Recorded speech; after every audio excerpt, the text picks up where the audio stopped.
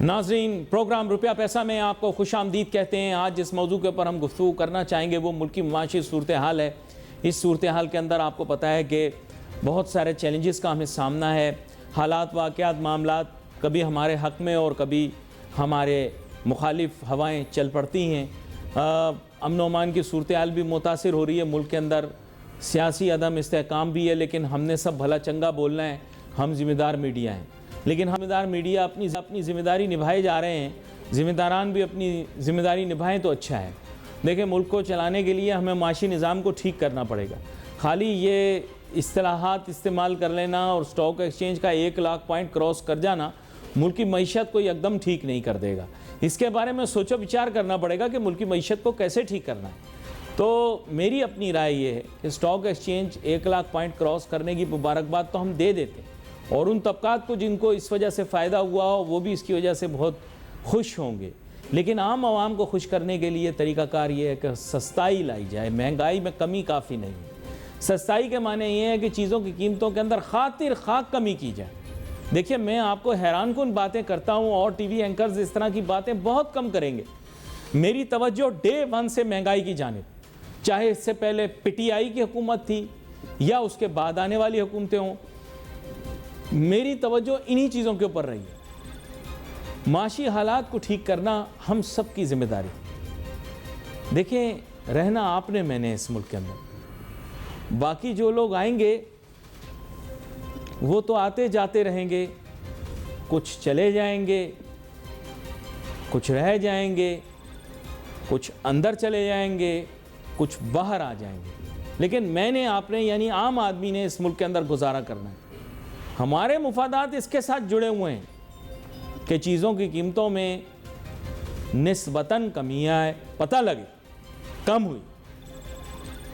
Petroleum مصنوعات کی قیمتوں میں اضافہ حکومت کہتی ہے ہماری مجبوری ہے۔ چلو، معمولی تھی تو ہم کچھ کہہ نہیں سکتے، لیکن میری اپنی رائے یہ ہے کہ حکومت کو اس کی جانب بہت زیادہ توجہ دینی پڑے گی۔ میں تو آج بھی کہتا ہوں کہ حالات اس جگہ پر پہنچتے ہی نہ اگر حکومت ڈے 1 سے مہنگائی کم کرنے کو اپنے ایجنڈے میں شامل رکھتی، لیکن میری کسی نے سنی نہیں۔ یاد رکھیں کہ بات کرنے والا شخص، چاہے اس کا مقام مرتبہ چھوٹا ہو یا بہت چھوٹا ہو، اس لیے آپ کو کہہ رہا ہوں کیونکہ بڑی تو ذات صرف میرے رب کی ہے، باقی سب چھوٹے ہی چھوٹے ہیں۔ یہ کہہ دینا کہ یہ چھوٹا اینکر ہے، وہ چھوٹا اینکر ہے، وہ چھوٹا اینکر ہے، بھائی میں چھوٹا اینکر ہی ٹھیک ہوں، کیونکہ بڑی ذات تو صرف میرے رب کی ہے، مالک تو صرف وہ ہے۔ باقی سب لوگ خود کو چھوٹا بڑا کہتے رہو، مجھے کوئی فرق نہیں پڑتا، ٹھیک ہے؟ تو میرا کہنا صرف یہ ہے کہ بات کو وزن دیں، چیز کو سوچیں۔ آج سیاسی حالات اس طرح پہنچے کیوں؟ آپ توجہ ان چیزوں کی طرف دیتے جو کہ بنیادی ضروریات ہیں؟ آپ یہ پوچھیں نا، آپ لوگوں سے پوچھیں، آپ بیوی کے ہاتھ میں پیسے اور خرچی رکھ دیں، پھر اس کے بعد اس کی مسکراہٹیں چیک کریں آپ۔ واہ واہ واہ! آپ کسی دن آصف بھائی کا موڈ بنے، سارے آصف کھڑے ہو گئے۔ جی، آصف بڑا کامن نام ہے، آدھی آبادی پاکستان کی نام آصف ہے، ان کا آدھیوں کا نام اعجاز ہے۔ تو آپ بیوی کو خوبصورت سا ہار لا کے دے دیں، ہاں، پھر وہ ہار جائے گی، آپ جیت جائیں۔ ڈاکٹر شاہد حسن صدیقی صاحب ہمیں جوائن کریں گے، کسی تعارف کے محتاج نہیں ہیں، ملک کے معروف معیشت دان ہیں، اور انہوں نے پورے ملک کو ہلا کے رکھا ہوا موجودہ طور پر، کیونکہ انہوں نے اسٹاک مارکیٹ کے 1 لاکھ پوائنٹ بڑھ جانے کو کسی اور زاویے سے دیکھا ہے۔ ویلکم کرتا ہوں آپ کو شو میں سر۔ بہت شکریہ آپ کا جناب۔ سر، جہاں پورے ملک کے اندر شادیانے اور شہنائیاں بج رہی ہیں، وہاں پر 1 لاکھ پوائنٹ ہو جانے پر آپ اختلاف رائے کیوں دے رہے ہیں؟ آپ کیوں کہہ رہے ہیں کہ ملک کی معیشت اتنی زیادہ عکاسی نہیں کر رہی اسٹاک مارکیٹ کی؟ میرے خیال سے اس کی مبارکباد تو ان لوگوں نے بھی دے دی ہے ایک دوسرے کو جن کو اسٹاک مارکیٹ کی اسپیلنگ تک نہیں پتا، لیکن آپ جو ہے وہ اس بارے میں اختلافی نوٹ دے رہے ہیں۔ مجھے سمجھ میں نہیں آئی، میں نے کئی چینلوں کے اوپر آپ کی گفتگو سنی، تو میں چاہوں گا اس کے متعلق آپ ہمارے ناظرین کو آگاہ کریں۔ جی علی ناصر صاحب، بات یہ ہے کہ یہ تو سب تسلیم کرتے ہیں جو اسٹاک ایکسچینج کو سمجھتے ہیں اور پاکستان کی معیشت کو سمجھتے ہیں کہ اسٹاک ایکسچینج کی بہتری معیشت کی بہتری کی عکاس نہیں ہے، اس کا بیرومیٹر نہیں ہے. اس میں تو جو ہے 25 کروڑ میں سے 99% سے زیادہ لوگ ہیں، ان کو تو اسٹاک ایکسچینج میں نہ وہ لگاتے ہیں نہ ان کا کوئی تعلق ہے. تو اگر آپ اسٹاک ایکسچینج میں بہتری لے کر آتے ہیں معیشت کی قیمت پر، عوام کی قیمت پر، پاکستان کی سلامتی کی قیمت پر، کچھ لوگ اس سے فائدہ اٹھائیں اور آگے چل کے ہمارے وطن عزیز کی معیشت کے لیے، سلامتی کے لیے خطرات اور زیادہ بڑھ جائیں جو پہلے سے ہیں، تو تقاضا ہے آپ کا، ان لوگوں کا جو کہ پاکستان سے محبت رکھتے ہیں، پاکستان کے عوام سے محبت رکھتے ہیں، اسلامی جمہوریہ پاکستان کے نظریے سے محبت رکھتے ہیں، کہ وہ سچ بولیں صرف. میں آپ سے لیکن ہماری محبت بڑی عجیب ہے، معذرت کے ساتھ ڈاکٹر شاہد حسن صدیقی صاحب، ہماری محبت بڑی عجیب ہے. یہ محبت بالکل ویسی ہے جیسے کبھی کسی دوشیزہ سے کی جائے. وہ کبھی کسی عاشق کی محبت کو حقیقی محبت کہے، کبھی کسی عاشق کی محبت کو حقیقی محبت کہے. تو ہمارے ہاں ماجرا یہ ہے کہ محبت کے معنی بدل جاتے ہیں، محبت کرنے والے کی سوچ، فکر اور اس کی محب وطنی پہ شک کیا جاتا ہے. جب دوشیزہ کا دل کرتا ہے وہ کہتی ہے کہ تیری محبت سچی ہے، کبھی دوشیزہ کا دل کرتا ہے تو وہ کہتی ہے کہ تیری محبت اچھی ہے. معذرت، تھوڑا سا میں نے لقمہ دے دیا آپ کو. یہ آپ صحیح کہہ رہے ہیں، کیونکہ ہماری جو اس وقت پرائرٹیز ہیں، پہلے تو ہے دولت، دوسرا اقتدار، اور تیسرا سیاسی مفادات، اور چوتھے نمبر پر اسلام. یہی ہے نا آپ کا. تو جب یہ صورتحال ہے اور پیسہ عزت کا معیار ہے، اگر سلامتی کی کوس پر پاکستان پیسہ ملتا ہے یا ڈالر ملتے ہیں تو ہم سب خوشیاں مناتے ہیں، ضرور منائیں، لیکن مستقبل کے خطرات کو بھی دیکھیں. میں ایک بات یہ کہنا چاہتا ہوں کہ جو لوگ اسٹاک ایکسچینج کو فالو کرتے رہے ہیں، اور میں نے اپنی کتاب جو ہے دہشت گردی، سیاست اور معیشت میں یہ لکھا ہے، اور حکومت کی رپورٹوں کے حوالے دیے ہیں، تحقیقاتی کمیٹی کے دیے ہیں، کہ چند بڑے بروکرز معیشت کو اسٹاک ایکسچینج کے اوپر لے جاتے ہیں، چند بڑے بروکرز، اور یہ رپورٹوں میں لکھا ہے تحقیقاتی کمیٹیوں کے، اور خوب کماتے ہیں، اس کے بعد وہ گرا دیا جاتا ہے، اور اس کے بعد اسٹاک ایکسچینج خون میں نہاتا ہے. میں آپ کو یہ پوری ذمہ داری سے بتانا چاہتا ہوں کہ ماضی میں بھی یہ کہا گیا تھا کہ پاکستان کے اسٹاک ایکسچینج دنیا کی بہترین پرفارمنگ ہے، جو صحیح تھی. لیکن یہ بھی حقیقت ہے کہ اگر 3 دفعہ ہم نے یہ کہا کہ دنیا کی بہترین حقیقت ہے، تو 6 دفعہ پاکستان اسٹاک ایکسچینج خون میں نہایا ہے، کریش ہوا ہے. بالکل واضح ہے. ابھی آپ نے دیکھا کہ ابھی ذرا سا ہنگامہ ہوا تو آپ نے دیکھا کئی ہزار گر گئے. اس حکومت کے دور میں بھی اسٹاک ایکسچینج میں خون کا مین نہایا ہے. اور یہ بھی آپ کو یاد ہے کہ جب پہلے خون نہیں، ہنگامہ تو بہت بڑا ہوا، لیکن ہم نے چھوٹا سا کہا آپ میڈیا کو داد دیں. ویسے اس کی وجہ سے ہماری شامت بہت آئے گی. اگر موسم بدل گئے، حالات بدل گئے، حکومتیں بدل گئیں تو ہماری بڑی شامت آئے گی. ہنگامہ تو بہت بڑا ہوا ہے لیکن ہم نے چھوٹا کر کے بتایا ہے. لیکن معذرت، آپ کی بات کو میں نے کاٹ دیا بیچ میں. جی نہیں بہرحال، تو اب میں آپ سے عرض کر رہا تھا کہ پہلی بات، یہ فیصلہ ہوا تھا نگراں حکومت کے دور میں، اور انہوں نے SIFC جو ہے، جہاں پر ہماری فوج کی بھی نمائندگی ہے، جنرل صاحبان بھی بیٹھتے ہیں، ان کو یہ کنونس کیا کہ معیشت تو بہتر ہو نہیں سکتی، ابھی بہت ٹائم لگے گا، بڑی تباہی بربادی ہو گئی، اور جو اقدامات کرنے ہیں وہ ہم کر نہیں سکتے، اشرافیہ کی معیشت ہے، نہیں کوئی بھی نہیں کرے گا. نہ پاکستان میں کبھی ہوا ہے، ورنہ 23 پروگرام نہ لیے ہوتے آپ نے، تو وہ تو ہم کر نہیں سکتے، تو پھر کیا کریں. تو وہ جو خاتون تھیں جس وقت نگراں وزیر خزانہ، انہوں نے ان کو کنونس کیا کہ معیشت کی بہتری کی دلیل جو ہوگی ہماری اسٹاک ایکسچینج ہوگی، جو بالکل غلط ہے. اور اسی کا نتیجہ یہ ہوا کہ ان کو آج پھر اسٹاک ایکسچینج کا چیئرمین بنا دیا گیا. ٹھیک ہے نا. اب وہی سلسلہ چل رہا ہے، اور ہمیں اسٹاک ایکسچینج کے ڈائریکٹر نے بتایا کہ آرمی چیف جو کوششیں کر رہے ہیں معیشت کے لیے، بہتری کے لیے، تو انہوں نے اسٹاک ایکسچینج میں کئی گھنٹے گزارے. اب ہم تو سمجھتے ہیں نا کہ اگر وہ یہ کہیں کہ جی بڑا اچھا ہو رہا ہے اور یہ گرے گا بھی نہیں، اور آگے چل کے 125 ارب ڈالر بھی آئیں گے، یہ حکومت کا ہے، تو ایک سینٹیمنٹس تو کریٹ ہوئے. لیکن سوال یہ پیدا ہوتا ہے کہ جو معیشت کے لیے خطرات آج مجھے نظر آ رہے ہیں، دنیا کو نظر آ رہے ہیں، وہ لوگ جو کہ باری بینی سے دیکھ رہے ہیں ان کو نظر آ رہے ہیں، IMF کو نظر آ رہے ہیں. اس وقت پوری کوشش ہے کہ ہم لڑکھڑاتی ہوئی معیشت چلے اور تاکہ 25ویں پروگرام میں جائیں 2027 کے بعد. اس وقت کوشش یہ ہے کہ معیشت کو ٹھیک کرنے کے بجائے یہ کوشش کی جا رہی ہے کہ وہ اقدامات اٹھائیں جس سے IMF کی قسط ملتی رہے. اچھا، اور اشرافیہ جو ملک ایک لمحے کے لیے آپ کو روکوں گا کیونکہ آپ نے بڑا اہم نقطہ چھیڑ دیا ہے. میں آج اس کو گفتگو کا حصہ بنانا نہیں چاہ رہا تھا لیکن آپ اس کو بیچ میں لے کر آ گئے. IMF پروگرام کا آپ نے ذکر کیا. ہم نے IMF جو یہاں آیا اس نے ہمارے ساتھ گفتگو شنید کی، اس نے ہمارے ساتھ بحث مباحثہ کیا، اس نے ہمارے ساتھ مناظرہ کیا.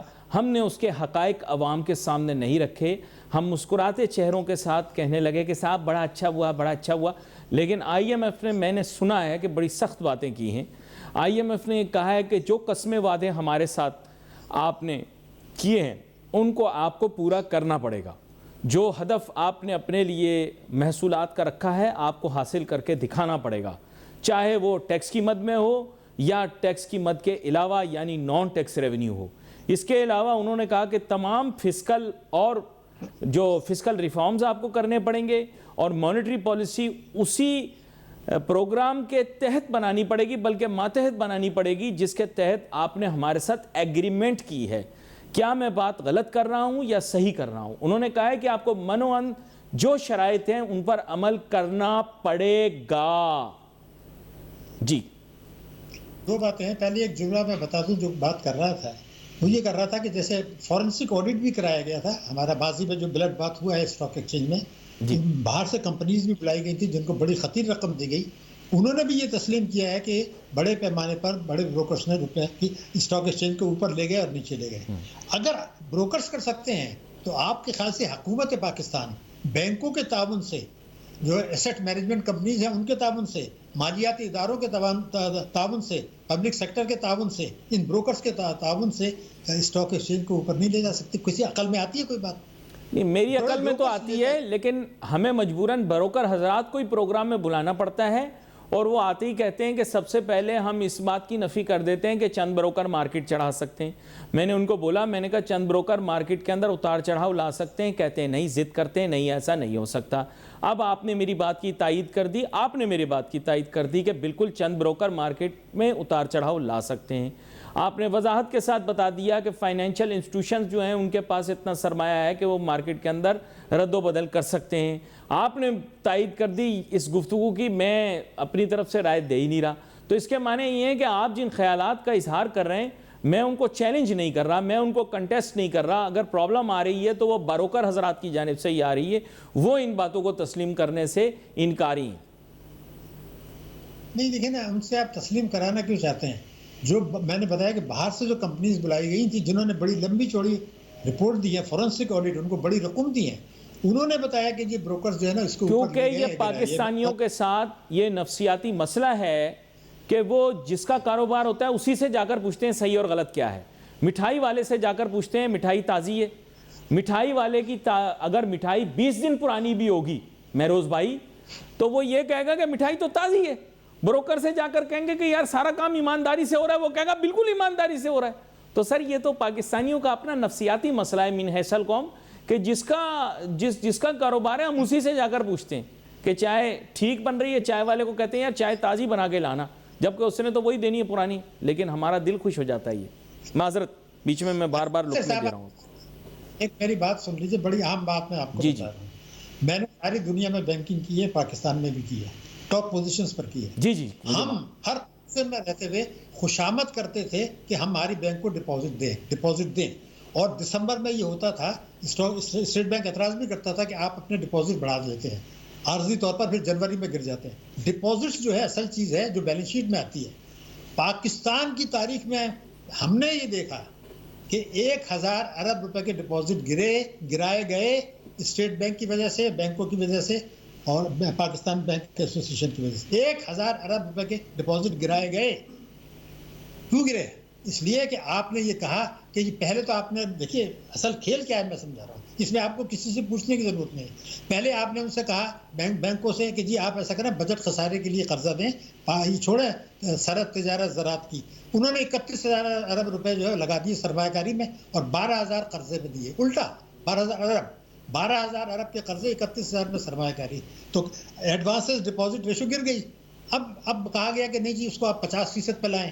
تو اس کے یہ بڑا اہم نقطہ ہے جو کہ عام فہم شخص کی سمجھ میں نہیں آیا. ڈاکٹر شاہد حسن صدیقی صاحب کو یہ کہوں کہ جناب ڈاکٹر شاہد حسن صدیقی صاحب بات تو آپ بہت اہم نوعیت کی کر رہے ہیں اور میں آپ کی بات مکمل سننا بھی چاہ رہا ہوں. آپ نے بڑی گہری باتیں کی ہیں اور لیکن آپ نے میرا ایک سوال گول کر دیا اور میں چاہتا ہوں کہ اس سوال کا جواب آپ مجھے دیں ضرور. بات یہ کہ ہم مسکراتے چہروں کے ساتھ IMF کی ٹیم آئی, ہم نے مسکراتے چہروں کے ساتھ ان کو رخصت بھی کر دیا, لیکن جو بات منظر عام پر نہیں لائی گئی وہ یہ تھی کہ IMF کی ٹیم نے بڑی وضاحت کے ساتھ بتا دیا کہ بھائیو لچک کی زیادہ امید نہ رکھیے, جو قسمیں وعدے آپ نے ہمارے ساتھ کیے ہیں ان پر قائم رہنا ضروری ہوگا. ہم ابھی آپ کی پیش رفت کی رپورٹ لے کے جا رہے ہیں, آپ نے محصولات کا جو ٹارگٹ اپنے لیے رکھا ہے آپ کو پورا کرنا پڑے گا, چاہے وہ ٹیکس کی مد میں ہو چاہے نہ ہو. ہمیں اپنی پیمنٹ پوری چاہیے جو آپ کے ساتھ طے ہوئی ہے. فزیکل ڈسپلن کے لیے جو ریفارمز ریکمینڈ کیے گئے ہیں وہ پورے کرنے ہیں اور مانیٹری پالیسی ماتحت رہے گی IMF پروگرام کی. اس بارے میں آپ اپنی رائے دینا, کیونکہ ہم نے تو یہاں صرف مسکراتے چہرے دیکھے, ہمیں صحیح بتایا نہیں کسی نے. نہیں صحیح بتایا ہے ہماری حکومت نے. انہوں نے یہ کہا ہے ہماری حکومت نے کہ IMF اتنا حیران ہے کہ آپ نے اتنی زبردست معیشت کو بہتر کیسے بنا لیا. تو میں ان سے کہتا ہوں یار آپ کہہ رہے ہیں نا IMF حیران ہے, IMF سے بھی ایک آدھ جملہ کہلوا دیں. وہ تو یہ کہہ رہے ہیں کہ فروری میں ان کو آنا تھا, فروری 2025 میں. سوال یہ پیدا تھا کہ اتنے حالات خراب تھے کہ وہ بھاگ کے پاکستان آ گئے نومبر میں. میں یہ پوچھنا چاہتا ہوں کہ کیوں آئے وہ, انہیں تو فروری میں آنا تھا, اب کیوں آئے؟ وہ اس لیے آئے کہ فروری میں جب آتے تو معیشت کی حالت اتنی خراب تھی, وہ اہداف جو ہم نے ان کے ساتھ معاملات طے کیے تھے وہ وصول نہیں ہو رہے. ٹیکسوں کی وصولی میں کوئی نومبر تک اکتوبر تک 340 ارب روپے کی شارٹ فال ہے. ہمارے جو پیمنٹس ہمیں ادائیگیاں کرنی ہیں وہ اس میں کئی ارب کی شارٹ فال ہے بیرونی. ہمارے توانائی کے شعبے میں حالات خراب ہیں, تو پھر تو فروری میں آتے تو قسط نہیں ملتی, ایک اور ہنگامہ ہو جاتا. تو انہوں نے یہ بچایا ہے اس پروگرام کو, کیونکہ وہ یہ چاہتے ہیں کہ ابھی لڑکھڑاتی معیشت چلے تاکہ 25ویں پروگرام میں 2027 کے بعد جائیں. اس لیے وہ آپ کو آ کے وارننگ دے کے چلے گئے کہ ہم نے فروری میں آ کے مارچ میں جب دیکھیں گے تو اس سے پہلے آپ یہ ٹھیک کر لیں. انہوں نے وہ باتیں عوام کو بتانے کے بجائے یہ کہا IMF حیران ہو رہا ہے کہ آپ نے اتنی زبردست ترقی کیسے کر لی. ان سے کہا بھائی وہ کہے نا تو ایک بات آپ کیوں کہہ رہے ہیں. اچھا یہاں پر ایک اور مسئلہ بھی اٹھا ہے جو کہ میں چاہتا ہوں آپ اس کو واضح کریں, کیونکہ مجھے ابھی تک سمجھ میں نہیں آئی. یہ کہہ رہے ہیں کہ صاحب 13 ٹریلین جو ہے 13 ٹریلین جو ہے 13 ٹریلین یہ جو ہے یہ ہمارا ٹیکس ریونیو ہے, باقی کے جو 4 ٹریلین ہیں یہ نان ٹیکس ریونیو ہے. پتہ نہیں مجھے واضح کیجئے گا, ہو سکتا ہے میری محدود علم کی وجہ سے میں اس کو سمجھ نہیں پایا. یہ جو باقی کے 4 ٹریلین ہیں ہم نے ازیوم یہ کیا ہے یہ privatization proceeds, oil and gas کے جو بلاکس ہیں ان کی جس نیلامی, ٹیلی کمیونیکیشن کے لائسنسوں کی نیلامی, حکومتی ادارے جنہیں SOEs کہتے ہیں ان سے ملنے والے ڈیویڈنڈز, یہ سب شامل ہوں گے. تو یہ 4 ٹریلین پہ بھی کوئی پیش رفت نہیں ہوئی. ان کو کنٹینشن ہمارے ٹیکس ریونیو ٹارگٹ سے بھی اور نان ٹیکس ریونیو ٹارگٹ سے بھی ہے. کیا میں درست کہہ رہا ہوں؟ اور پھر اگر میں درست کہہ رہا ہوں تو نان ٹیکس ریونیو کے کیا کیا جز ہیں؟ دیکھیے بڑا اہم نقطہ ہے, مگر عوام کے نقطہ نظر سے میں آپ کو بتا دوں. بات یہ تھی کہ ہمارے اسٹیٹ بینک آف پاکستان نے حیران کن طور پر 3 مہینے میں 2.5 ارب کا پروفٹ دیا, 2.5 ارب روپے کا. یہ نان ٹیکس ریونیوز ہیں, لیکن باقی 9 مہینے میں نہیں ہوگا, یہ یقین دلا رہا ہوں. کیونکہ وہ اوپن مارکیٹ آپریشن کر کے ملک کی جڑیں کھود رہے تھے کہ لوگوں بینکوں کو پیسہ دے رہے تھے کہ آپ سرمایہ کاری کر لیں توسطات میں. تو وہ 2.5 ارب تک تو آ گیا آپ کا, اس کا فائدہ فی الحال پہنچا, باقی 9 مہینے میں نہیں آئے گا. دوسرا یہ کہ بھتہ ہوتا ہے جس کو میں پیٹرولیم لیوی کہتا ہوں, وہ بھتہ جو ہے اس میں سے صوبوں کو حصہ نہیں ملتا, اس لیے آپ یہ کہہ سکتے ہیں کہ یہ ٹیکس نہیں ہے, ورنہ صوبوں کو حصہ نہیں, یہ بھتہ ہے. یہ بھتے میں تاریخی حجم آیا ہے جو پاکستان میں کبھی نہیں آیا. اتنا بھتے کی رقم آ گئی آپ کو چند مہینے میں. ان دونوں کی رقم جو تھی اس کی وجہ سے معیشت میں کہیں کچھ اثرات آئے, لیکن یہ جو 2.5 ارب آیا یہ بھی پاکستان کی سلامتی کی کاسٹ پر تھا. اور یہ جو بھتہ ابھی ہے پیٹرولیم لیوی یہ بھی پاکستان کی سلامتی کی کاسٹ پر ہے, کیونکہ ہمارے یہاں بہت بڑی غلط فہمی ہے. وہ صرف پیٹرولیم کی قیمتوں کو لیتے ہیں اس لحاظ سے کہ عوام کے اوپر زور پڑ گیا. ارے بھائی نہیں, عوام پر زور پڑا لیکن اس کے ساتھ آپ کی کاسٹ آف پروڈکشن بڑی, آپ کی برآمدات گر گئی. یہ نہیں بڑھی, آپ کا امپورٹس بڑھ گئی تو پھر آپ جعلی ریمیٹنسز منگاتے ہیں, اس کے اعداد و شمار بھی موجود ہیں, تو میں آپ کو بتا دوں اگر آپ کا جو ہے وہ برآمدات جو ہیں مثال کے طور پر 11 ارب ڈالر کی ہیں, تو آپ کی 18 ارب ڈالر کی ریمیٹنسز ہیں ان چند مہینے کی, تو یہ 1.5 گنا جو ہے یہ کہاں سے آئے گا؟ تو 7 ارب ڈالر کا فرق آ گیا. تو انہوں نے کہا کہ جعلی ریمیٹنسز منگاتے ہیں. میں آپ کو بتا رہا ہوں پاکستان کی تاریخ میں پہلی دفعہ ہوا کہ 4 مہینے کے اندر ہماری برآمدات کم ہیں ریمیٹنسز سے 1 ارب ڈالر. 1 ارب ڈالر میری ریمیٹنسز زیادہ ہیں. میں اگر آپ کو یہ بتاؤں, پاکستان کی قوم کو بھی سمجھنا چاہیے جو میں بتانا چاہ رہا ہوں, بھارت کی ریمیٹنسز ہیں 124 ارب ڈالر, معاف کیجیے گا, 124 ارب ڈالر کی ریمیٹنسز بھارت کی, ان کی برآمدات کتنی ہے 777, یعنی 6 گنا. تو میرے ملک کی بھی اگر برآمدات جو ہیں وہ 7 گنا نہ ہوتی, دگنی بھی ہوتی, تو ہمیں آئی ایم ایف کی ضرورت نہیں تھی. ہم نے آئی ایم ایف برآمدات کو نہیں بڑھنے دیا, ریمیٹنسز کو بڑھا دیا, اس سے ٹیکسوں کو نقصان ہوا. یہ آپ کو نظر آ رہا ہے. دوسری بات جو میں آپ کو بتا رہا تھا کہ بینکوں نے, جو بڑی اہم بات تھی, وہ ہوا یہ کہ 1000 ارب روپے کے ڈپازٹ گرے, وہ اس کا کچھ حصہ چلا گیا ان ایسٹس مینجمنٹ کمپنیز میں جو بینک اون کرتے ہیں, فلاں بینک کا فنڈ, فلاں بینک کا فنڈ, وہ پیسہ وہاں چلا گیا. انہوں نے پھر حکومت میں سرمایہ کاری میں لگا دیا, کچھ اسٹاک ایکسچینج میں چلا گیا. پھر آپ بتائیے اسٹاک ایکسچینج میں چلا گیا وہی پیسہ جو ڈپازٹ گرے, پھر اسٹیٹ بینک نے قانون بنا دیا کہ آپ منیمم ڈپازٹ ریکوائرمنٹ جو ہے وہ اپلائی نہیں ہوگی لمیٹڈ کمپنیز پر, فائنینشیل انسٹیٹیوشن پر. یہ بینکنگ کمپنی آرڈیننس کے خلاف ہے, اس کی وجہ سے بھی جو ہے وہ فرق پڑا اور وہ پیسہ اسٹاک ایکسچینج میں چلا گیا. پھر بڑے بڑے جو